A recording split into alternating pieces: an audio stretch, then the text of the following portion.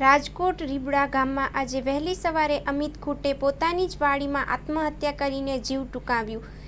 રીબડા ગામ અમિત આત્મહત્યાનો મામલો ગોંડલના પૂર્વ ધારાસભ્ય જયરાજસિંહ જાડેજા ઘટના સ્થળે પહોંચ્યા। Report by Sandeep Chavda, Rajkot.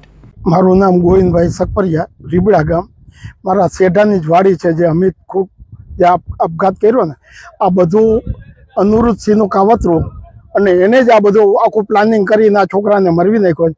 આની વાંહે કેટલા ટાઈમથી પડ્યા હતા કે આને ગમે એમ કરીને પૂરો કરી દેવો છે। વાડીથી માંડીને ડ્રગ્સથી માંડીને ઘણી જાતના કાવતરા છોકરા ઉપર કરે છે।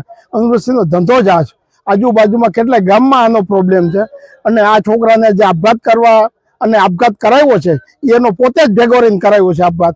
આ એ છેલ્લી કક્ષાના અનુરુદ્ધસિંહના ધંધા છે અને આ કામ એને જ કરાવ્યો છે। દુષ્કર્મ હાવ ખોટું છે, ઊભું કરેલું એનું કાવતરું છે। કાંઈ 5 દીમાં પ્રેમ થઈ જાય, ગાડીમાં થઈ જાય, બધું આ બધી એની ગોઠવેલી છે ને। છોકરીઓ બધી આની જ છે, અનુની જ, અને એનું એ ભેગા રહીને આ છોકરીનો ધંધો કરાવ્યો છે।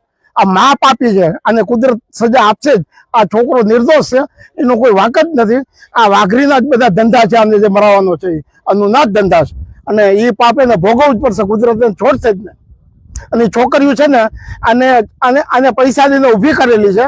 છોકરીઓ નામ નથી આપતી અને 5 દીમાં પ્રેમ થઈ જાય અને ગાડીમાં જ આવું થઈ જાય। આ બધું ખરેખર આનું ઊભું કરેલું છે ને એને ભોગવવું જ પડે। આ ગામમાં રહેવું હોય ને તો હવે એનો પાપનો બદલો એને ભોગવવો જ પડશે, એમાં કોઈ નહીં છૂટી શકે।